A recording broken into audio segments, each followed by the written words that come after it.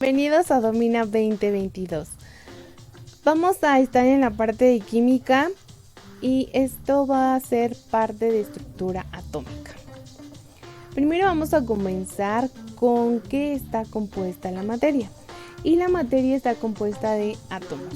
Estos átomos a su vez tienen subpartículas atómicas donde vamos a tener positiva y neutra en el núcleo del átomo y negativa en los orbitales sin saber la posición del electrón en el átomo. Cada una tiene una masa en específico y tiene un número y masa atómico. La representación de los átomos siempre es con una X mayúscula. ¿Eso qué quiere decir? Que el mismo número los mismos átomos y el mismo número de átomos van a estar en un elemento y no lo van a conformar. Sin embargo, debemos de saber que esta representación es por dos letras.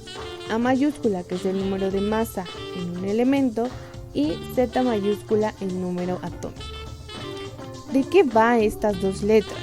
El número atómico es dónde se encuentra el elemento en la tabla periódica y el número de masa es el número de átomos que tiene este elemento. Sin embargo, ¿por qué te los tengo que comentar? ¿Por qué los tenemos que saber? Para saber el número de neutrones. ¿Cómo puedo saber el número de neutrones? De la siguiente manera. Si yo tengo una fórmula que la masa atómica va a ser igual a los protones y los neutrones, entonces tengo que despejar a los neutrones para restarle a la masa atómica el número de protones. ¿Cómo puedo saber esto? Por ejemplo, el aluminio. El aluminio, su masa atómica es 26 y su número atómico es 13. Entonces, con esta fórmula que te comentaba, vamos a restar el 26 de la masa atómica menos el 13 del número atómico, que a su vez nos va a dar el número de protones, electrones y neutrones. Estos neutrones nos pueden tener una específica característica en los elementos que se encuentran en la naturaleza. Por ejemplo, el concepto de isótopos.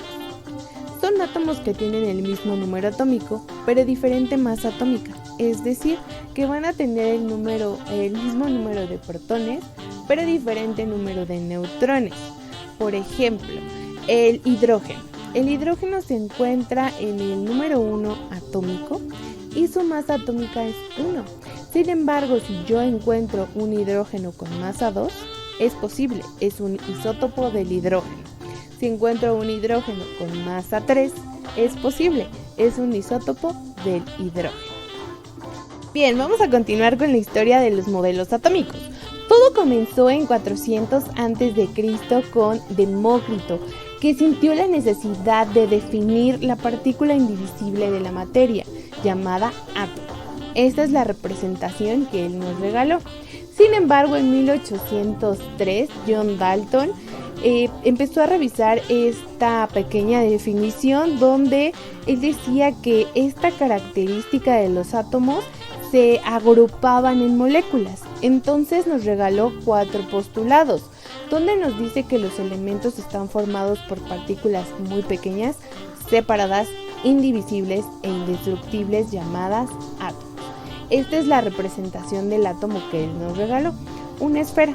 Simplemente una esfera, de la cual decía que estos átomos de un mismo elemento van a ser idénticos, van a tener las mismas propiedades físicas y químicas versus otros elementos, ¿no? Entonces, estos otros elementos tienen la capacidad de formar compuestos químicos y entonces ahí ya van a ser diferentes. Esta unión puede hacerse entre hidrógeno y oxígeno, por ejemplo. Al combinar dos o más elementos, ya sea de la misma facultad o diferente, puede haber una relación o una proporción sencilla entre números enteros, por ejemplo, 1 a 1, 1 a 2, 2 a 2, 2 a 3. Un ejemplo muy regular es la molécula de agua, que es H2O. ¿Esto qué quiere decir? Que la proporción es 2 a 1. Estos dos modelos atómicos estuvieron muy bien. Sin embargo, en 1897 Joseph John Thomson dijo, no, como que estos dos modelos no complementan lo que es un átomo. Sin embargo, yo voy a proponer uno nuevo y nos regaló el pudín de pasas, donde la carga positiva está estática, de color rosado, y la carga negativa está incrustado como pasas de manera inerte en todo el modelo. ¿Tú qué crees? ¿Es el modelo actual? No. Sin embargo, siempre te lo preguntan en cualquier examen. Posterior a esto, en 1911, Ernest Rutherford empezó a hacer un experimento con rayos alfa, beta y gamma para ver qué pasaba en una placa de oro. Sin embargo, esto fue el precursor para decir que la estructura atómica estaba relacionada con un modelo nuclear. Rutherford tomó el modelo de Thomson, el de pudín de pasas, para poder hacer esta relación. Hizo muchos estudios. Sin embargo, Bohr en 1913 pudo modificar esta parte de los estudios de Rutherford y la parte de Thomson para proponer un nuevo modelo planetario, donde en el centro está el núcleo del átomo y posteriormente rodeada por orbitales.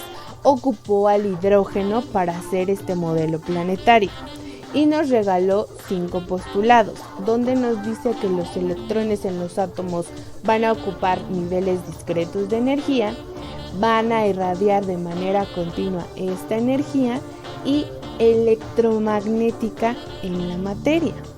Estos electrones pueden alcanzar niveles de energía muy altos, absorber cantidades fijas de energía y sin embargo van a ir de bajo a alto nivel de energía fijándose.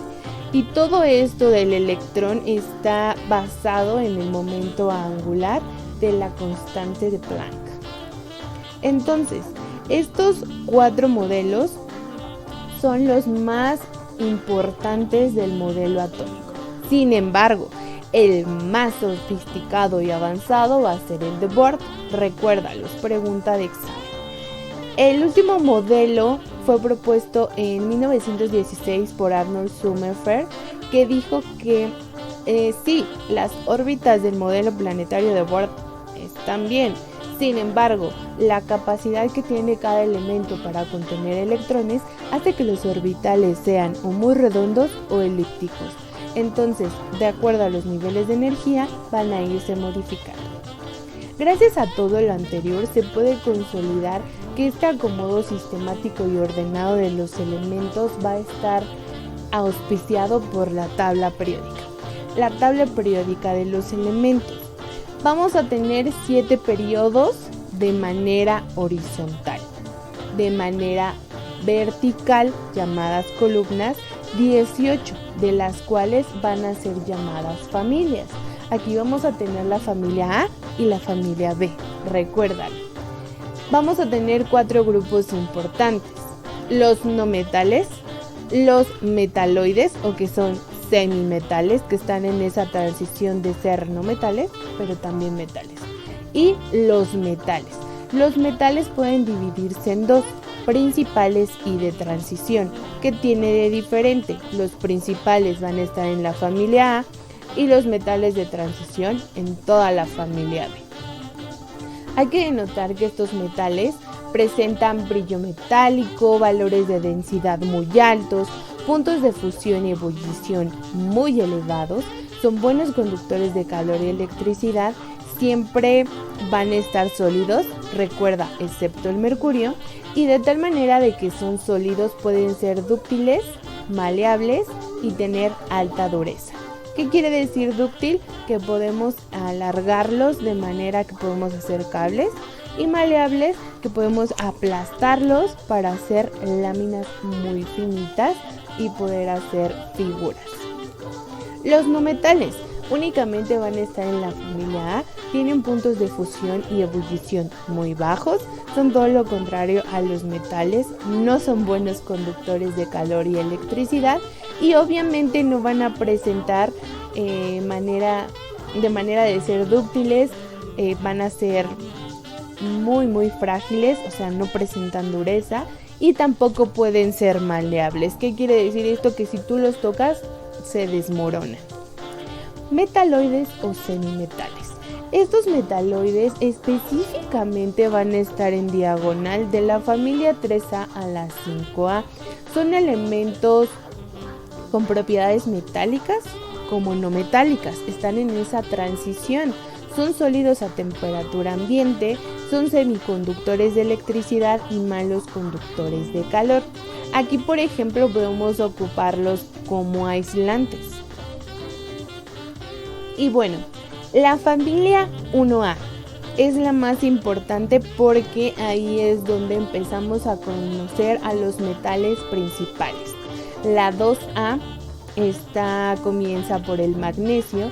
Los metales de transición son todos estos sólidos que se encuentran en el centro de la tabla periódica. En la familia 3A, ahí es donde ya empezamos con los semimetales y los metales principales. Sin embargo, es muy importante saber quién comienza en esta familia. Por ejemplo, el boro. La cuarta familia es de los carbonoides, la quinta familia de los nitrogenuros, la sexta familia de los oxigenuros, así se llaman, y la séptima familia de los halógenos. Es muy importante que recuerdes a los halógenos porque van a ser elementos que únicamente se van a encontrar en las moléculas orgánicas. Y por último, los gases nobles en la familia 8A. Esta familia 8A, que quiere decir gases nobles, son elementos que completan su octeto. Recuérdalo, completan su octeto. No son reactivos, son inertes, son incoloros, siempre van a presentarse en gases y su configuración electrónica es estable porque completan su octeto. Recuerda. Bueno, todo este orden se llevó a cabo por una ley periódica. Es la base de la tabla periódica. ¿Qué quiere decir esto? Que las propiedades físicas y químicas de los elementos tienden a repetirse de manera sistemática conforme va aumentando el número atómico. Y el número atómico aumenta de manera de zigzag. Vamos a tener electronegatividad, afinidad electrónica, energía de ionización, radio y volumen atómico. Esas son nuestras 5 propiedades periódicas importantes. Vamos con la electronegatividad. Es una tendencia de los elementos de manera opuesta al carácter metálico. ¿Qué quiere decir esto? Que los valores de la electronegatividad para los metales van a ser muy bajos, para los metales o metaloides intermedios y para los no metales muy altos. Por ejemplo, el flúor es el no metal que se encuentra del lado más lejano de la tabla periódica versus el cesio, ¿no? Que es el más metal o el que tiene el valor más bajo en cuanto a la tabla periódica. Y a eso se refiere con electronegatividad. Incluso pues te voy a compartir una tabla con estos valores. La energía de ionización es una energía mínima necesaria para poder arrancar un electrón de la última capa de valencia. Ojo, esto debe de estar en estado gaseoso y neutro. ¿Qué quiere decir esto? Es cuando completan su octeto para tratar de arrancarle ese electrón. Siguiente es la afinidad electrónica. Esta es una energía donde los átomos gaseosos en estado neutro aceptan un electrón del último nivel para completar su octeto. Esta afinidad electrónica se hace más negativa conforme te vas más hacia la derecha de la tabla y hacia arriba. Entonces el elemento con mayor afinidad electrónica sigue siendo el flúor. El radio y el volumen atómico es la distancia que existe entre el núcleo y la capa de valencia. Permite determinar el tamaño del átomo. ¿Qué quiere decir esto? Que tan grande o pequeño puede ser.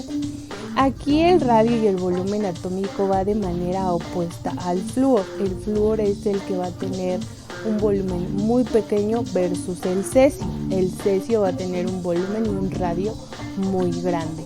Si te das cuenta, aquí va de manera opuesta a la electronegatividad. Por último, te dejo un resumen de cómo es el carácter metálico, no metálico de acuerdo a la electronegatividad, energía de ionización, radio atómico. Este pequeño resumen a lo mejor te puede ayudar muchísimo respecto a dónde se encuentran los elementos. También te voy a dejar la bibliografía consultada para este curso Domina. Te deseo mucho éxito en este primer tema. Universidad del Valle de México, por siempre responsable de lo que se ha cultivado. Nos vemos en clase.